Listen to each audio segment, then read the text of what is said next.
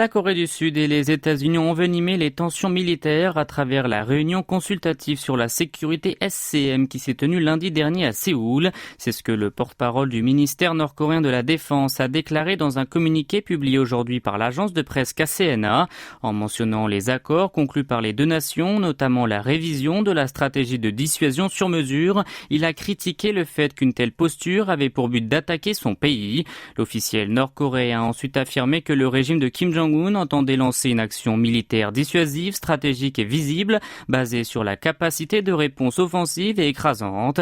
Il a expliqué que cette décision vise à affronter la nouvelle instabilité sécuritaire et les menaces militaires des USA et de leurs alliés. De l'avis des experts, ce discours aurait pu être tenu simplement en vue de renforcer la cohésion du peuple dans un contexte où le lancement du satellite espion du royaume ermite a été retardé.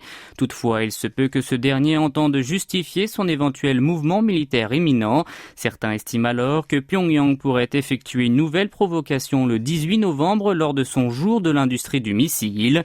En ce qui concerne les résultats de la SCM, le ministère sud-coréen de la réunification a indiqué qu'il s'agissait d'ententes légitimes pour assurer la paix dans la péninsule coréenne et en Asie du Nord-Est face aux menaces nucléaires de la Corée du Nord.